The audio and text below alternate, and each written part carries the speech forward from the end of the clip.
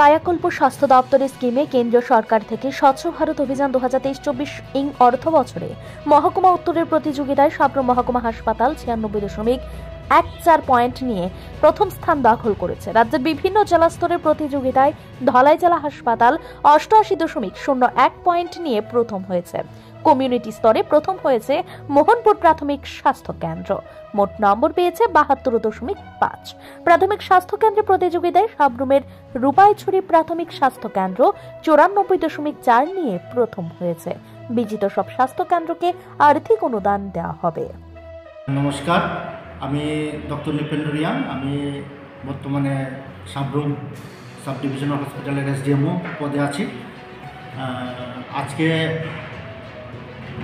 আমরা একটা নিউজ পেয়েছি যে আমরা কায়াকল্প অ্যাসেসমেন্ট, ওই অ্যাসেসমেন্টে SDH CHC লেভেলের মধ্যে আমরা ত্রিপুরা রাজ্যে প্রথম হয়েছি। এর জন্য আমি খুবই আনন্দিত এবং